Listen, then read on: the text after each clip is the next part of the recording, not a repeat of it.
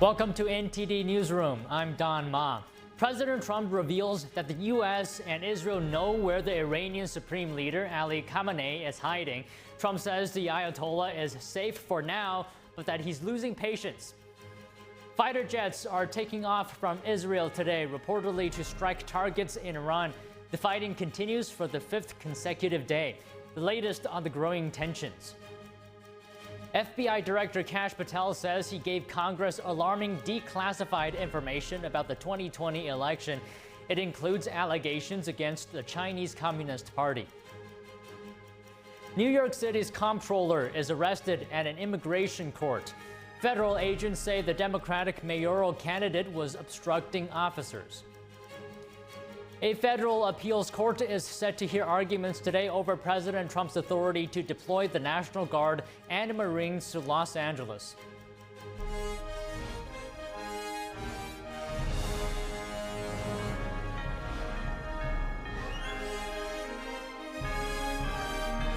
This is NTD Newsroom, live from our global headquarters in New York City. Good afternoon, and thanks for joining us. Our top story today, Trump indicated that Israeli and U.S. intelligence had determined the location of Iran's supreme leader, Ayatollah Ali Khamenei. The president posted on Truth Social, quote, "We know exactly where the so-called supreme leader is hiding." Trump called Khamenei a, quote, "easy target," but said that he would remain safe for the time being. Trump added, quote, "But we don't want missiles shot at civilians or American soldiers. Our patience is wearing thin." In addition, Axios is reporting that the president is meeting with advisors in the Situation Room to discuss potential U.S. strikes on Iran.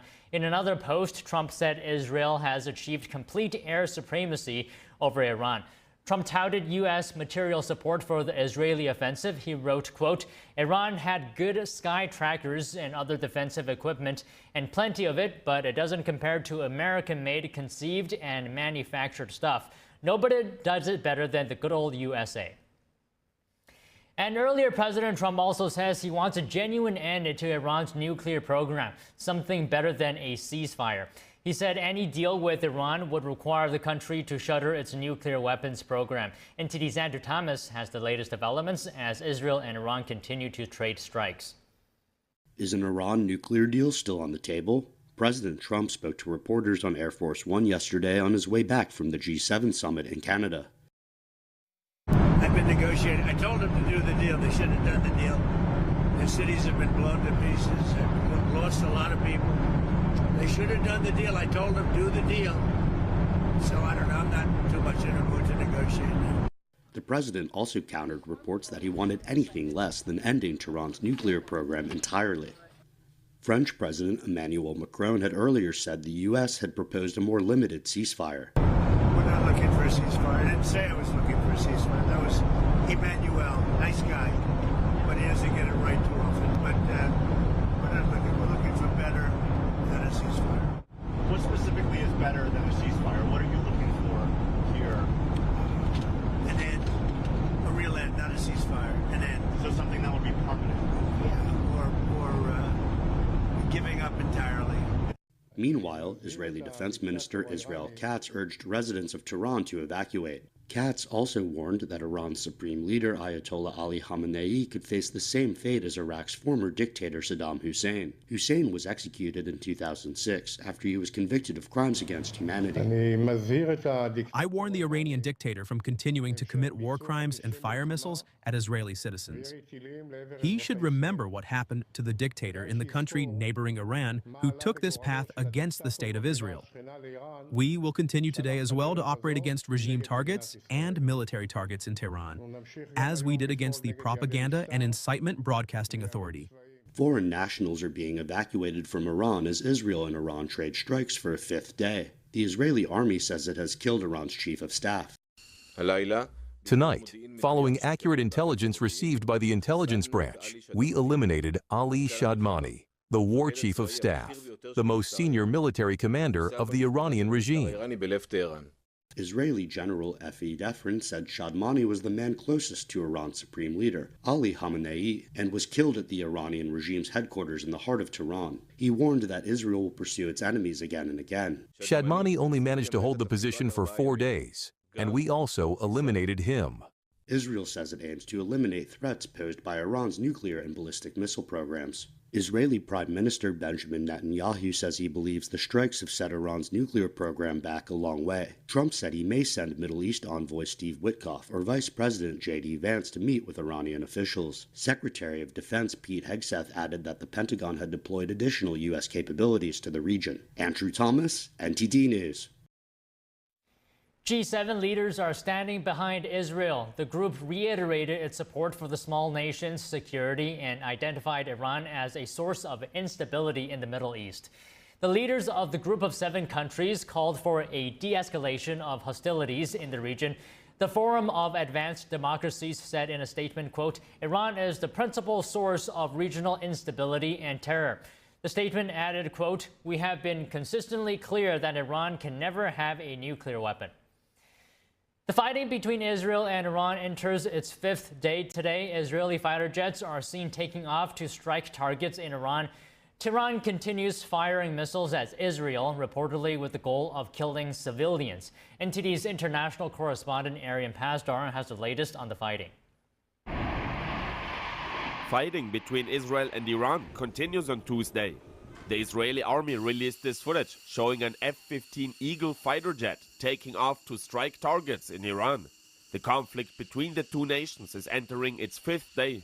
So far, Iranian officials report 224 deaths. According to the regime, most of the victims are civilians. Israel says 24 civilians have been killed. They are targeting only civilians. You cannot find even one soldier. People are gathering at a Muslim cemetery in northern Israel on Tuesday. They're paying last respects to 4 women who died when an Iranian missile struck their home. Meanwhile, in Iran, smoke is rising from the building in which Iran's state TV broadcaster is located. Israel attacked the station while they were live on the air. Israeli officials say the broadcaster is being used by the Iranian regime to spread propaganda. People are now seen leaving Tehran. Congested traffic took over a road leading out of the capital city. Some people are even leaving the country altogether. I can say that the relocation happened well, so I thank your state for it. Azerbaijan received us well and without problems. Residents in Tehran are telling NTD that the situation is tense and that most hope for a quick end to the fighting. Arian Pasdar, NTD News. The relationship between the Chinese Communist Party and Iran is under renewed scrutiny. A IDF international spokesperson says the U.S. and the American people stand at a pivotal crossroads that will determine whether the Islamic Republic is knocked out of the nuclear game for good, speaking on Fox News. Remember, Iran is the pit bull of China. China is funding Iran. They want a nuclear Iran so that Iran can continue supplying them with oil, which is all of Iranian oil goes to China. And as soon as Iran gets a bomb, God forbid, they can threaten the entire Gulf that they have to supply electricity and oil to China and Russia. He says the opportunity to completely shut down Iran's nuclear program will not repeat itself.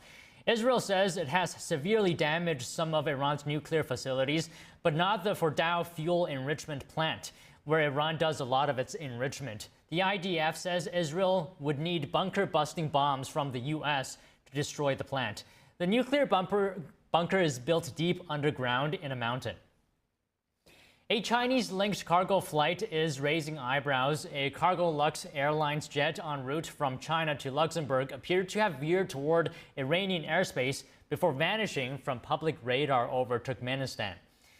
The move is fueling speculation about whether China is quietly flying supplies or equipment to Iran as part of a secret support route. The flight made a stop in Turkmenistan before reaching Europe. Cargolux is partially owned by a Chinese firm. It denies the plane ever entered Iranian airspace, blaming faulty public tracking data. The incident comes amid escalating tensions, with Israel targeting Iranian military and nuclear sites, and Iran firing missiles in return. Analysts warn of growing China-Iran cooperation as part of a broader anti-Western alliance. And joining us now to discuss Israel-Iran conflict is Tony Kinnett, national correspondent at the Daily Signal and host of Tony Kinnett Cast radio show and podcast. Good afternoon, Tony. I want to dig into President Trump's Truth Social post first. He says he knows the location of Iran's supreme leader and that he's an easy target but won't take him out for now. How are you reading this message? What do you think the president wants to achieve with it? Well, I think this is one of the most consistent Trump-style character moves that we see consistently throughout his foreign policy, which is where the president says, I want this thing. And the other world leader says, well, I don't want to give you this thing. Prior presidential administrations have been willing to bow down and kind of send pallets of cash and give us whatever it is that we want. President Trump says, okay, then I'll turn up the pressure and I'll turn up the pressure. And depending on the region, depending on the leader, Trump has an acute knowledge of what it is that is going to, if you'll pardon the colloquial, press the buttons of the leader in question. If you remember from the first Trump administration, Qasem Soleimani was the target of a Trump strike who knew exactly where he was and then posted American flag to showcase that the United States had the ability to strike any commander of ISIS, ISIL, any Islamic terror regime at any point in time. So by posting this, this is yet again Trump showing what I'd argue is a fair amount of mercy. Surrender or face the consequences. He's done playing around.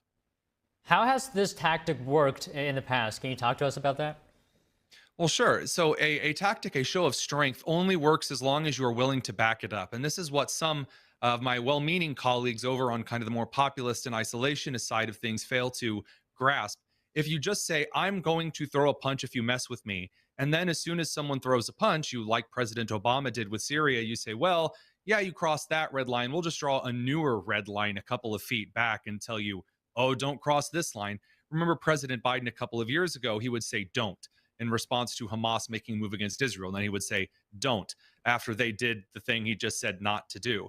President Trump has a policy of if you actually cross that line, there will be consequences. On the 61st day out of the 60 days Trump gave Iran to agree to something on the deal of not enriching nuclear material like uranium in exchange for the release of sanctions and other economic profundities in the region, Trump allowed, I believe, at least from my analysis, Israel to move forward with strikes. And those, in fact, would be the consequences of Iran's own actions. Okay, Trump is also saying that, quote, we have complete and total control of the skies over Iran. Can you put that into perspective for us as well? What does this mean in the conflict like this? First of all, those of our allies that work with the United States Air Force, those who we have given it via military aid, jets to, military equipment to in the past, need to understand there is no comparison to the United States Air Force and to those who utilize our intelligence to strike specific targets. And I think that whether you're looking at the Israeli operations in the Middle East to establish sophisticated air dominance against the Su-29s or these old MiG fighter jets, these ancient F-14s that Iranians don't even have spare parts for anymore. The Israelis went in, they destroyed a lot of surface-to-air missile sites and anti-air missile sites in Tehran and surrounding regions. They've taken out repeatedly ballistic missile sites and launches. They're going through that entire stockpile that the Iranians have. We're seeing extra or exo-atmospheric intercepts, which now we've seen more of than at any point in history. What you're seeing on the screen right now next to me is, again, this brilliant drone and surveillance system maneuverability from Israeli and coalition forces who monitor intelligence sources and strikes in the Middle East. It is a testament to the Western powers' ability to maintain air dominance. And if you've got air dominance, well, then I hope you better have great camouflage or the ability to hide from FLIR targeting systems, because that matters a whole lot in today's military operations. I'm also curious, Tony, as to what you think of the broader strategy here is. Trump says he doesn't want a ceasefire, but instead wants an end to Iran's nuclear program. How likely is a complete end to that with the current leadership in Iran? Mm-hmm. Well, it's a fundamental understanding of human beings that George W. Bush did not have. There was this idea of conservatism in the early aughts that suggested that in the heart of every person, they all wanted the same things, that every culture around the world, regardless of what you had been through or what kind of government you were operating under, that everyone just wanted a picket fence and apple pie and the heart's yearning towards freedom, as President Bush said. And he was wrong. There are individuals, there are cultures that desire horrible, horrible things.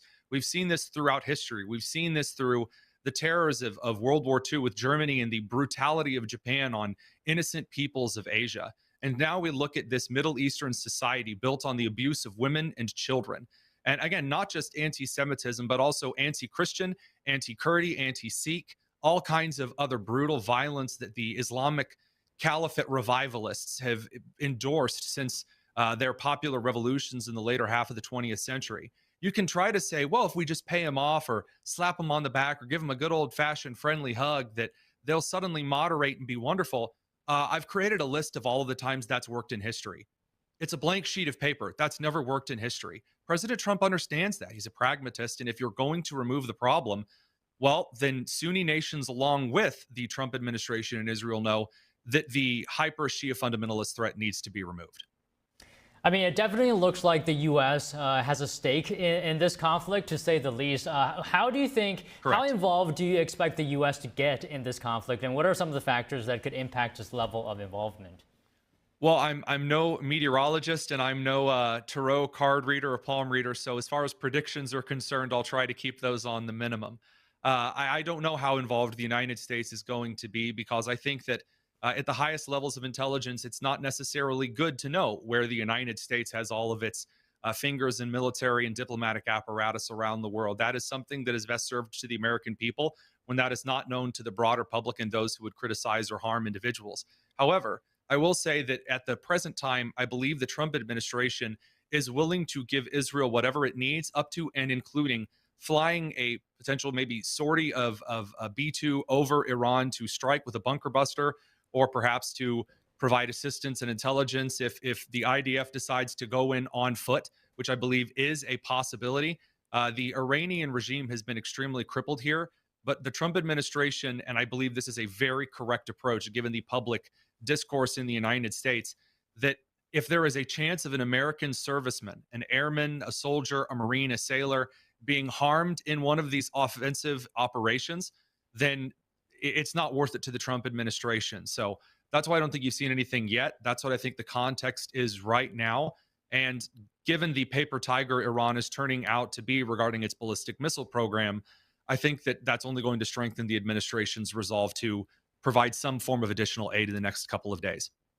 Okay, let me get your comments on one more thing, and then we'll call it a day here. What are the possible outcomes? Not the likely outcomes, but what are all the possible outcomes that this conflict would ultimately end? Boy, when you bring a last question, you really bring a last question, my friend. I think that in all realism here, the possible outcomes are in the best, the collapse of the Iranian regime and a return to Persia, the nation which was once the gem of the Middle East. Certainly from my own perspective, there's been a series of growing Christian resistance inside Iran. Over the last couple of decades, mosques are closing throughout the region as Christian churches, which have been aided in part by American missionary groups, by Israeli-based missionary groups. I'm not going to speculate on maybe some of the sources of those funding. A popular revolution to return Iran to a secular government instead of this totalitarian theocracy is the best case. I think that's possible. The worst case, and also a possible scenario, is that Iran essentially becomes a rogue state fighting within itself, maybe like Syria. But even that is better than what is currently the situation in Iran. None of us know yet. I'd love to give you these are all of the possible outcomes in this situation. But at this point, we really need to see if Iran is really running out of munitions. And if China cuts Iran off like Russia has, that's still up in the air. Okay, well, Tony, good to talk to you. As always, thank you very much. Thank you very much for having me. Coming up, New York City's comptroller is arrested at an immigration court. Federal agents say the Democratic mayoral candidate was obstructing officers. We have that story and more after the break.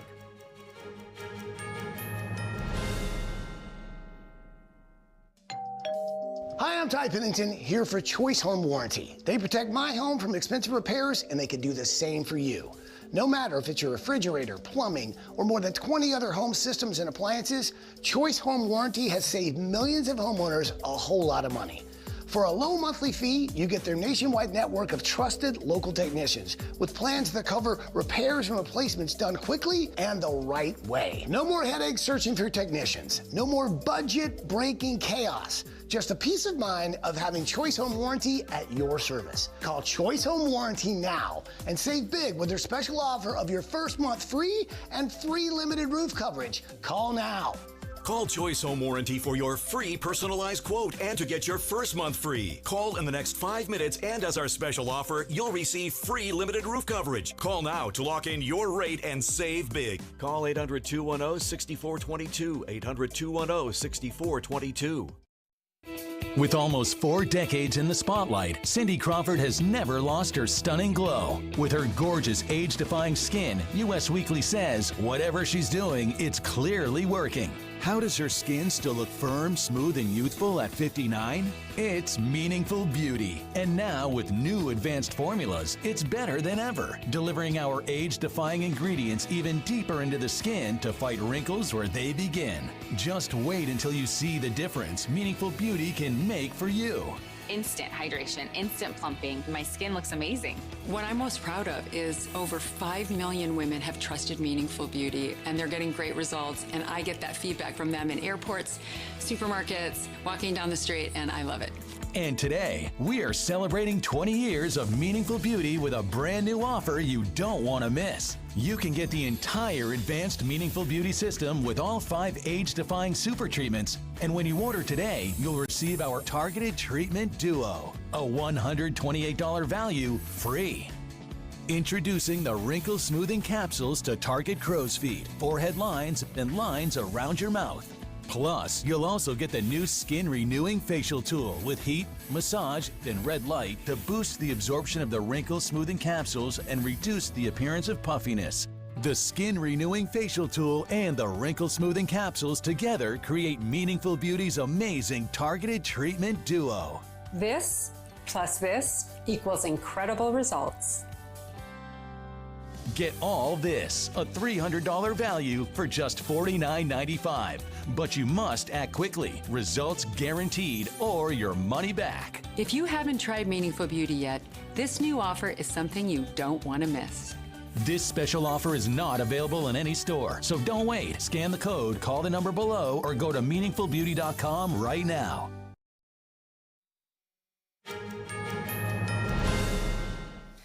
New York City's comptroller, a Democrat who is also running for mayor, was arrested by federal agents today.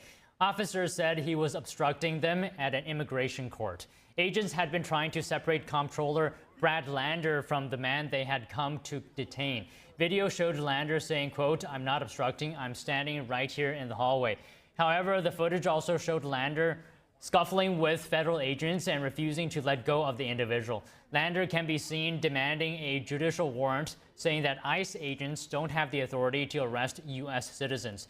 Obstructing federal officers, such as ICE agents, is a violation of federal law. Lander is a candidate in the city's Democratic mayoral primary. Early voting in the race is underway. A person purporting to be Lander's wife took to his X account after his arrest. The post read, quote, "Hi, this is Meg Barnett, Brad's wife." While escorting a defendant out of immigration court at 26 Federal Plaza, Brad was taken by masked agents and detained by ICE. The poster added, quote, "This is still developing and our team is monitoring the situation closely." Early voting has kicked off for the Democratic primary in New York City's 2025 race for mayor. With Mayor Eric Adams now running as an independent, the Democratic field is wide open, led by former Governor Andrew Cuomo and challenger Joram Mamdani. Ranked choice voting makes the race unpredictable, as second choice picks could prove decisive. Voters told the Epoch Times the process was smooth, but many chose to rank just one candidate or skip others entirely. Early voting continues through June 22nd, ahead of the election in November. This could turn out to be one of the city's most unpredictable mayoral races in decades. State Department Press Secretary Tammy Bruce holds a press conference now. Let's take a look. Department of State has established the Middle East Task Force to help coordinate support for U.S. citizens, our U.S. diplomatic missions, and personnel and diplomatic engagement. The task force is operating 24 hours a day. Over the past week, to help keep U.S. citizens informed, we have issued more than 30 security alerts to countries in the region and updated the travel advisories for Iraq and Israel. We remind U.S. citizens not to travel to Israel or Iraq and not to travel to Iran under any circumstances. We continue to monitor the complex and rapidly evolving situation on the ground as we continue to assess and address the needs of U.S. citizens. We urge all U.S. citizens to regularly visit travel.state.gov for the latest travel advisories and security updates, and to enroll in the Smart Traveler Enrollment Program, also known as STEP, to receive timely alerts and guidance from the State Department. For Americans needing assistance, and there we have a bit of the website there for you, call +1 202 501 4444.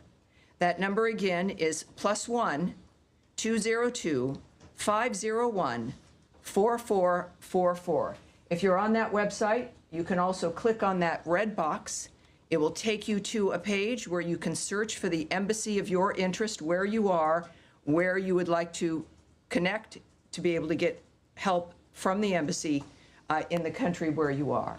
And of course, the numbers there as well for your closest U.S. embassy. I also want to add a couple other things here as we're dealing with this. It is certainly a rapidly evolving dynamic, but to conclude the topper here today, I want to recognize the State Department and other U.S. government teams around the world working under threat on behalf of the American people, particularly those in Israel and Ukraine, who spent another night sheltering in bunkers as they came under attack. Our priority is the safety of Americans overseas and here at home. It is the priority of Secretary Marco Rubio.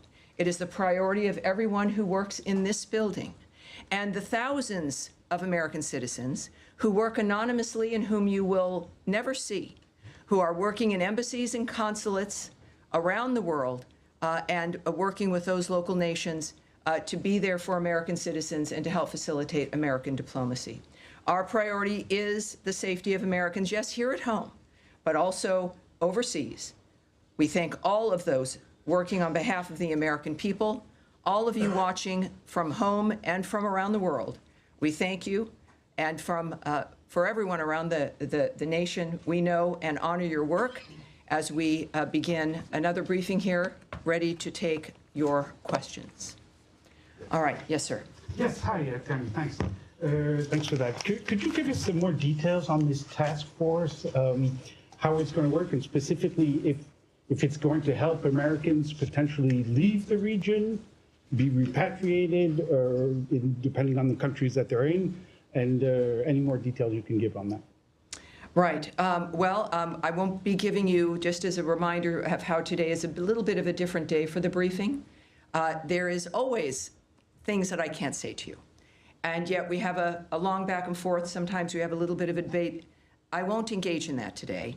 My responses will be perhaps a bit quicker than usual, and I'll be moving around more quickly to reach as many of you as I can.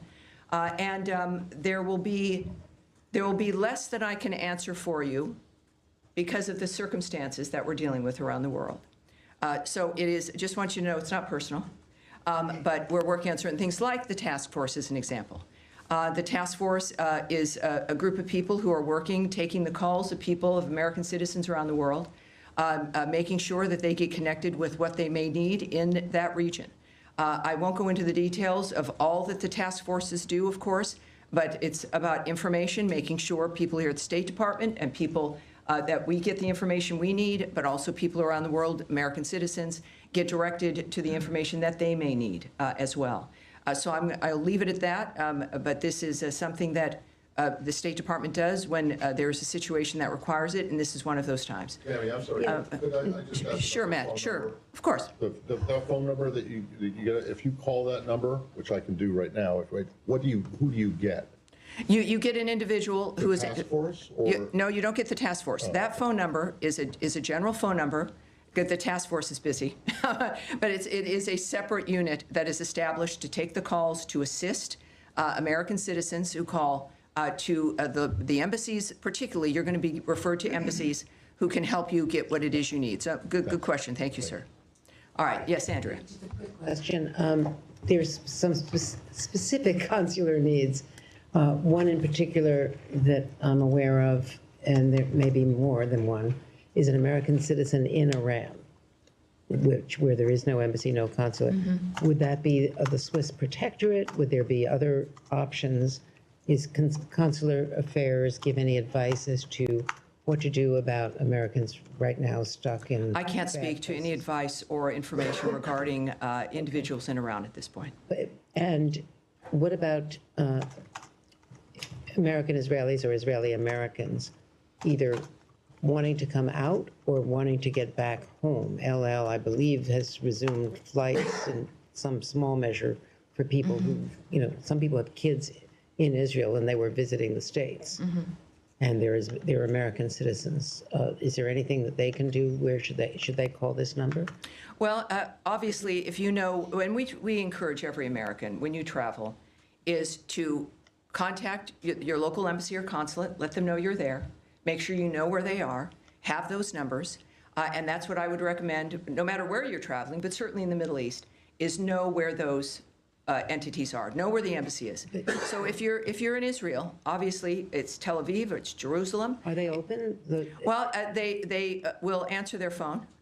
So there's contacts that can happen in the midst of all of this. And of course, I think that's the advice for wherever you are. But clearly, if you're in a certain area, it's obvious in this case that there are certain limitations in that region, and that contact the embassy, the one that is nearest to you, and you will, at the very least, make sure they know where you are, but also they will give you some options for the plans that you would like to make. Yes, Humaira. Tammy, I understand your limitations, but I have to ask this. I know you do. It's your job, and I appreciate that. I'm here to take questions, not necessarily always answer them. Yeah, last night President Trump said he wants a real end, not a ceasefire. So does the United States support or pursue regime change in Iran, or are we just talking about dismantling Iran's nuclear enrichment, and would that include the United States helping Israel strike Fordo? Well, I'm certainly not going to characterize what President Trump says or tweets, for that matter. He doesn't need characterizing. He's one of the most transparent, one of the most clear individuals that we've known. I think that we can take his word for his word, but I'm not going to speculate on, in a larger sense, what that would mean. That is up to the president. He is the singular guiding hand about what will be occurring from this point forward, as he has been, and I think that dynamic is pretty clear. He says he wants an end, as he has said about every conflict that he has, as a peacemaker, worked to stop peacefully through diplomacy. That has been his commitment, and he wants these things, as he said about a number of situations, not for a month or 6 months, but durable ends to this nature of forever wars. And that has been his posture, and that's his posture now. Okay, I have an easier follow-up. Yes, ma'am. How many people... I'll take a hard one, too. I'd say. How many people so far have contacted U.S. missions in Israel or elsewhere, American citizens, seeking help to depart the country that they're in the Middle East? Yes, I won't discuss those details or the numbers involved with the embassies. Are you guys planning to facilitate charter planes to get people out or military evacuation? I will not discuss what our plans are in that regard. Yes, ma'am. Just to follow up on that really quickly. Sure. Are you guys considering at all operations that would help Americans who want to leave the region from evacuating? I know that our commitment is to the safety and security of Americans around the world. All right? Yes, sir. Yes, sir. Go ahead. Tammy, would the U.S. government like to see a regime change in Iran? First of all, I'm certainly not going to remotely address that. It would require me to speculate or speak on behalf of the president, which I will not do.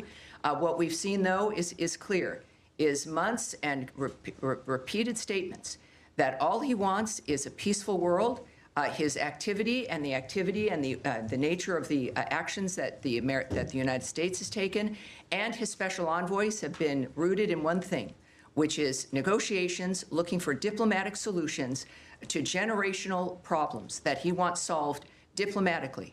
That has been his constant posture. And there has been nothing that has changed in what he wishes for, what he would hope to accomplish.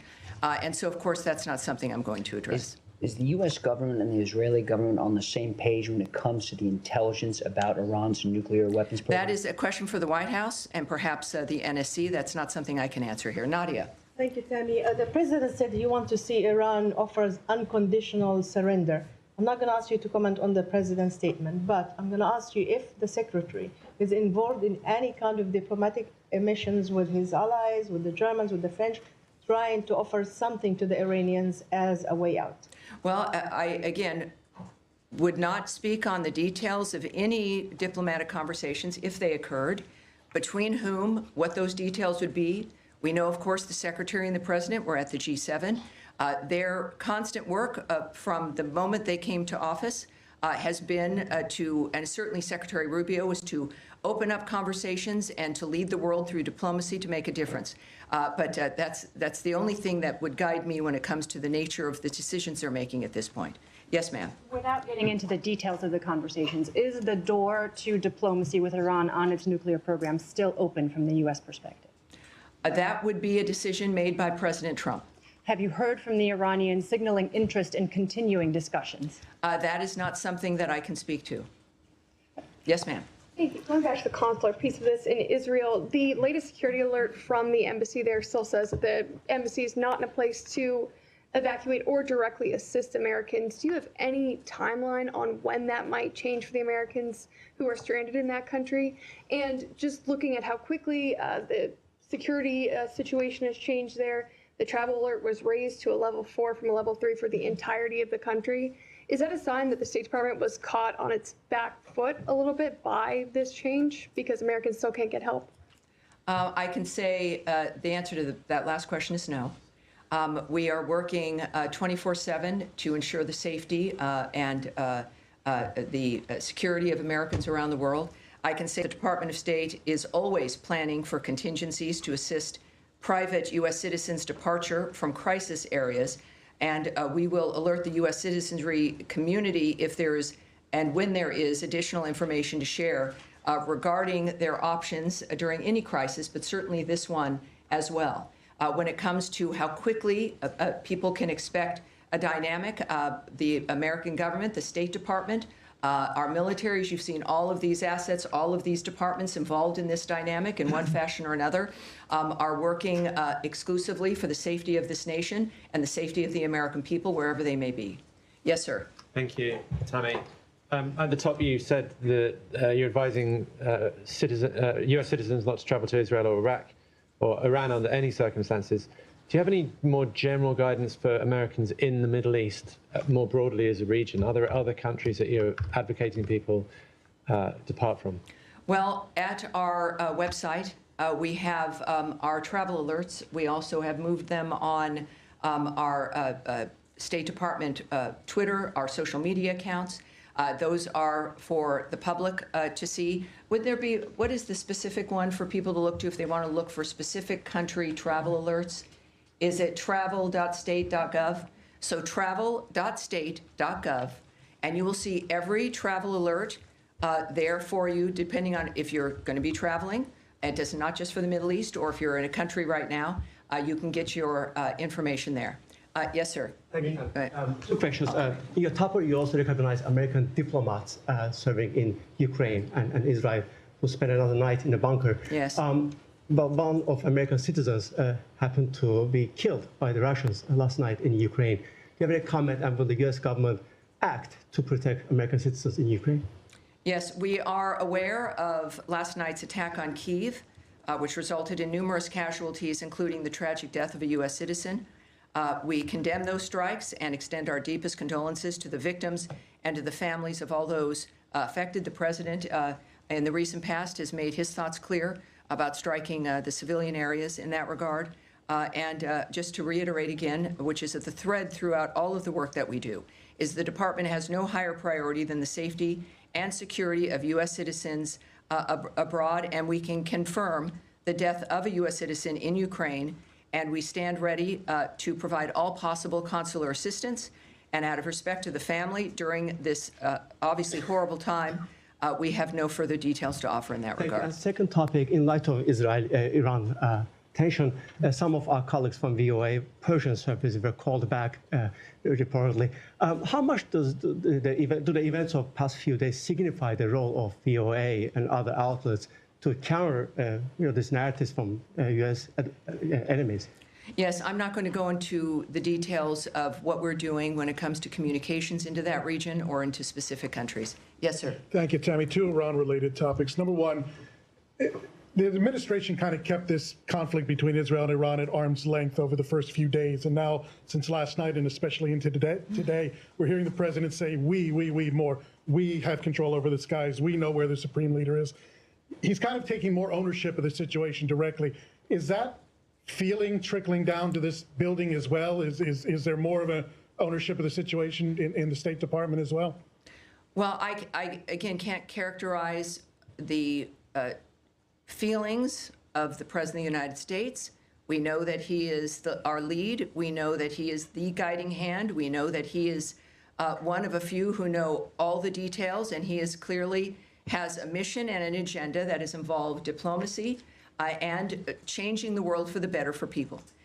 In the meantime, of course, things change. Our experiences change. He's making comments that are a reflection of what what matters to him, and of course, what matters to the president matters to the State Department and every other department. I think that it is fair to say that his leadership and his re-election to the second term was because people here in the United States were tired of the status quo. And what the world has seen is a peacemaker and someone who can make a difference, and that's what they're looking forward to. Final question. Can I get in one more? One more. There's no special envoy for Iran. Several key locations in the Middle East don't have a confirmed ambassador. We speak often about the day after situation in Gaza. What about the day after situation in Iran? Is the State Department ready for it? Well, the State Department and the Trump administration, while you may not see things immediately, just because it's not maybe in the news or you're not present for things that occur, doesn't mean they're not occurring. I would remind everyone that the State Department, as I've found out, is sort of like the military. It's 24/7. It is not something that is a basic 8 to 5 dynamic. And it's because people are working around the world constantly. It is literally their mission. Personally, their work is what they do and are committed to. So while you may see a certain thing in a static framework, it doesn't mean that we have not worked on that or are not working on that or that things will begin to happen. So it's just a reminder that it's not about the day after. We are working before, during, and after. It is the anticipation of people with history and an experience when it comes to the history, not just of a building and of a department of the United States, but the history of people working on diplomatic issues throughout the world. And they work for this department. They are committed to those issues, and that is what makes the State Department so effective, in addition to the leadership that is afforded by Marco Rubio, as guided by Donald Trump. Yes, sir, you've been waiting. The NATO summit is in The Hague next week. Yes. President Trump and Secretary Rubio came back early from the G7 summit because of the nature of what's going on in the Middle East. If this situation is still unfolding next week, should we expect some kind of changes to the delegation, changes to travel? Should we be anticipating that if the situation is still ongoing? You know, I can't tell you if anything will change. I know it has not so far. But as we have experienced from day to day or even sometimes hour to hour, things do change. This is a very dynamic event. We've all had our special situations that we're interested in, and we all want diplomacy to work, and we've been cheering on summits and ceasefire discussions, et cetera. But this is something that is moving, as things tend to, very rapidly. So I would say that anything is possible. But at this point in time, that is still certainly on the books. But that's going to be obviously that's a presidential trip.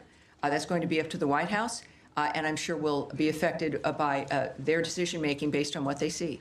Yes, sir. Thanks, Tammy. 2 questions, please. First of all, can you tell me, sir? Yeah, Alan Fisher from Al Jazeera English. Very good. How do you do? Fine, thank you. The U.S. intelligence assessment on March 26 was that Iran was not working towards a nuclear bomb. What's changed? That the U.S. position seems to be that it was very close. Well, again, I can't speak to intelligence assessments, what may or may not have changed, or to the fact that it is President Trump and his team who are seeing things that matter when it comes to the decision making, and I think that that's what's happened here. Second question is, if the president in his first term was willing to give the Taliban 18 months to come up with a deal, why was there only 60 days given to the Iranians to discuss something which is much more complicated? Again, I'm not going to discuss the details of the decisions made by the president. Andrea? I'm just saying that was Tulsi Gabbard's testimony in open session to the committees. Well, yes, and as I've noted, today is not that day. Next, yes? Yes, sir. Tie in the white shirt. Thank Is that you just suggesting that Andrea, we're moving on, please. Let's please I'm just be trying able to to get a manage this. Sir, in the back there. Thank you, Tammy. My question is, the other week we were talking about the negotiations between Iran and the U.S., and the president was very optimistic about it. And now drastically everything has changed, and we are talking almost about a full-scale war between Israel and Iran. How do you name the procedure right now? Has the negotiations failed, or how can we name it? My second question will be, the Iranian state TV has been targeted by the Israeli Air Force. How do you see that? Do you see a state TV channel as a legitimate target? Well, you'd have to ask Israel about their decisions when it comes to the choices with what they strike and what they don't. And on your first question, which now is already, what was your first question? My first question, after all this, after these escalations, how do you name Oh, well, the process? I would say that you would look to the President of the United States for how he is characterizing what has occurred. And he is very open and transparent with that, and does it with his many conversations with the media and also on Truth Social. He is clearly accessible, certainly with his remarks, and he has said a number of things on social media that I think might answer your question. Yes, Saeed. Thank you. Very quick question on Gaza. Can I do that? Of course. Well, yeah. Are we continuing still with? I will come to you on Gaza, Saeed. I promise. But let's continue with the topic at hand. So yes, sir, in the back. Thank you so much, Tammy. 2 questions. One question on Iraq related to Iran. Iranian-backed group Qatar Hezbollah threatens the U.S. against interfering in the Israel-Iran conflict, which they said any American intervention in the conflict would prompt the group to target the U.S. interests across the region. Have you reached to the Iraqi government, and what's your message to these groups? And the second question, what's the State Department's assessment of diplomacy? Have you put diplomacy on a side, or you still believe that diplomacy can work with Iran? Well, again, I'm not going to comment on the nature of how the White House or the President or the DOD will respond to certain remarks or demands made by someone. So you'll have to ask the DOD regarding their reaction in that regard. I would also, though, I know that the President's Truth Social, he's made it very clear, even I think today, and I think I've got that right here. This is, again, one of the things we've learned about President Trump is that when he tweets, when he speaks, the world watches, and it's the most clear framework that we can learn of his approach. He has, I don't know if I can get to the exact one, but he has made it very clear that, oh yes, here we go. He has noted that we don't want missiles shot at civilians or American soldiers, or our patience is wearing thin. Thank you for your attention to this matter. He is making it clear, I think, here, regarding certain choices on the ground that are being made, and that what we've asked for regularly is, and what he has made clear is that we were not a part of the initiation of this, certainly. We're not a part of Israel's attacks on Iran. that I think was stated very clearly by both Secretary Rubio and the President. And that's important for them, for people to know. And in this case, of course, the President has made it clear that if Americans are hurt, or in this case, a missile shot at civilians or American soldiers, that there would be a repercussion. I think that would not be surprising. All right, we'll go back. More on Iran. We'll close with you, sir. Thank you so much. Could you tell us about the role of partner countries in mediation efforts with Iran, like Mohammed bin Salman of Saudi Arabia, Qatar, and UAE? President Trump recently concluded successful trip to the Middle East. So what can you tell us about the role of these partner countries? It's clearly he went with a goal in mind. He makes deals. He's the best deal maker in the world. These partners in the Middle East that we have, they understand clearly our intentions and what our goals are. Thankfully, again, to the approach and the style of President Trump. I think that when it comes to, again, the best person who could explain his feelings and thoughts about what's accomplished on any issue is the President himself. So I'd refer you back to what he writes and what he is posting on, I think, a very regular basis, which is helpful to people like me, and I think to the world at large as well. Despite Israel's concerns, can I have one more? Despite Israel concerns, President Trump is still trying to negotiate with Iran for a nuclear deal, showing that his priority is peace in the region. President Trump has once again recently offered to mediate on Kashmir, but the Modi government says that they don't need Trump's help. Does President Trump need Modi permission to bring peace in South Asia by resolving the Kashmir issue? Well, yes, this is every country, as President Trump has stated, is a right to define its own future. He offers his help, and it's up to whoever he's offering it to whether or not they'll accept it. We live in a fascinating, exciting time where we've got a man who can make the difference, and he's generous about making that difference. He could have chosen to have this term be about anything other than peace and making America great again. But he's stuck with that. He's committed to that. It is part of his overall commitment to the country. So I would not speak to the nature of another country's decision-making. That's up to them. But I think all of us are grateful that we have a president who's willing to help and wants to help. Now, you have one more in Iran, and then we'll go to Saeed. Can you confirm a report that the former Iranian President Mahmoud Ahmadinejad has been killed in Tehran? I can't confirm that or report on that or discuss it. All right, thank you. Saeed. Thank you. Very quick question on Yes, Gaza. sir. In the last 48 hours or the last 3 days, dozens of Palestinians have been killed at the aid centers and so on. With everybody focused on Iran, this situation still garner some interest or attention from this building or from the United States of America? And are you urging the Israelis to hold off whatever the amount of firepower they're firing at these aid seekers? Well, we of course are always saddened to hear reports about any mass casualty situation or shootings.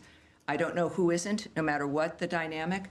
The IDF has said a particular incident is under review, and that is helpful, and we'll see what their review comes up with. In the meantime, I think it is important also when it comes to the nature of the efforts to get aid and food to the Gazans. We now know, can report that the Gaza Humanitarian Foundation now is working at 4 distribution sites and has distributed nearly 26 million meals to date. So it is, again, a conversation about whether or not the State Department cares. Every day there's a demonstration. And when we think about the State Department, it's people. It's people who've committed their lives to a diplomatic life, to a life of foreign service, to a political life, to try to make the difference for the world. So we see that manifesting here. And that's a press briefing by the State Department with spokesperson Tammy Bruce saying that there will be a task force to help Americans around the world to get what they need. That's including information and also including the Middle East region. And of course, this is amid the backdrop of the Israel-Iran conflict.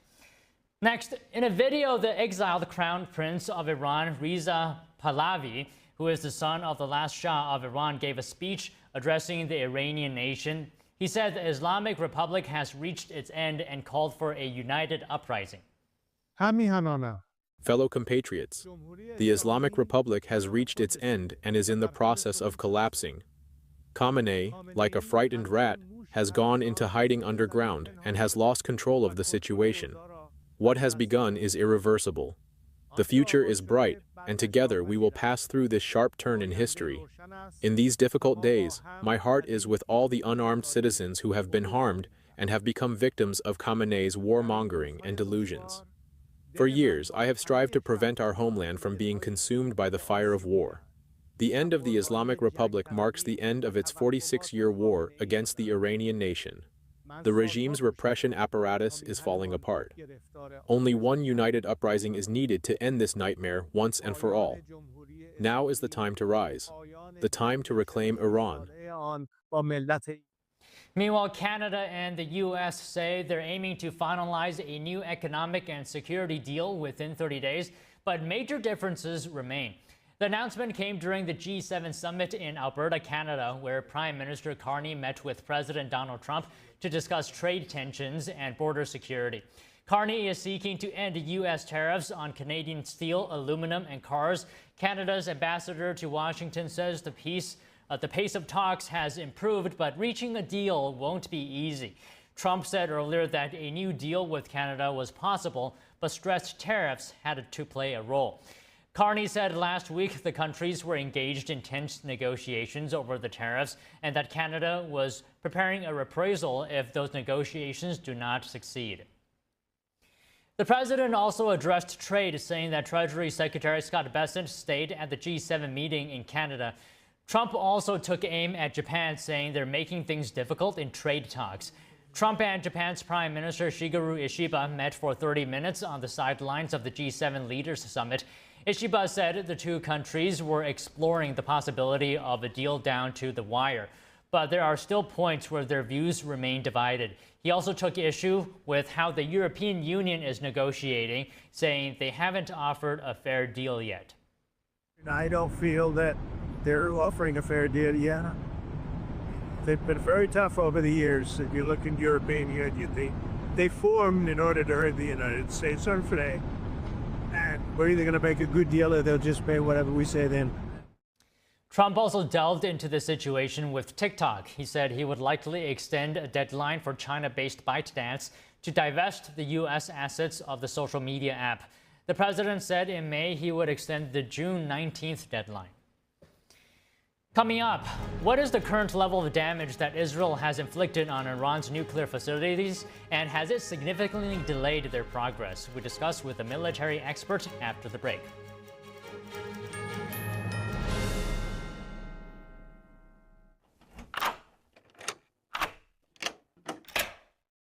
I'm Jonathan Lawson. If you're 50 to 85, please listen closely. The lock I want to talk to you about isn't the one on your door. It's a rate lock for your life insurance that guarantees that once you're insured, your rate can never go up at any time for any reason. Many policies you see don't have one, but you can get a lifetime rate lock from Colonial Penn. This plan was designed for people on a fixed income with coverage options that start at $9.95 a month. That's less than 35 cents a day. Your rate is locked in for life. Coverage can never be canceled, and your acceptance is guaranteed. You cannot be turned down because of your health. See for yourself. Call for an information kit and gift. Both are free with no obligation. Call 1-800-624-6556 for your free information and your free gift. That's 1-800-624-6556. 1-800-624-6556. Call now. As we naturally age, many people are getting zero amount of this incredible and unique substance. That's when we start seeing an impact in our joints, skin, nails, and even our digestion. People ask me, Dr. X, what is the #1 supplement I should be taking? My answer is multi-collagen protein. People's reactions to me, people were like, what are you doing? What is going on? You look amazing. You have a glow about you. What makes Ancient Nutrition Multi-Collagen stand out from other brands? 10 types of collagen. It's grass-fed, pasture-raised with vitamin C and probiotics. It's proven to reduce joint discomfort rapidly, continuously, and persistently. It improves the appearance of crow's feet after 4 weeks and improves skin tone after 8 weeks. And it promotes hair thickness, growth, and a reduction in hair breakage. It has transformed everything from my hair. Like, my hair was starting to kind of just, come out, and I don't have that anymore. My skin feels amazing. Call the number on your screen and find out how to get a free bottle when you order, plus free shipping and our 30-day money-back guarantee. And as a bonus, we will include Dr. Josh Axe and Jordan Rubin's revolutionary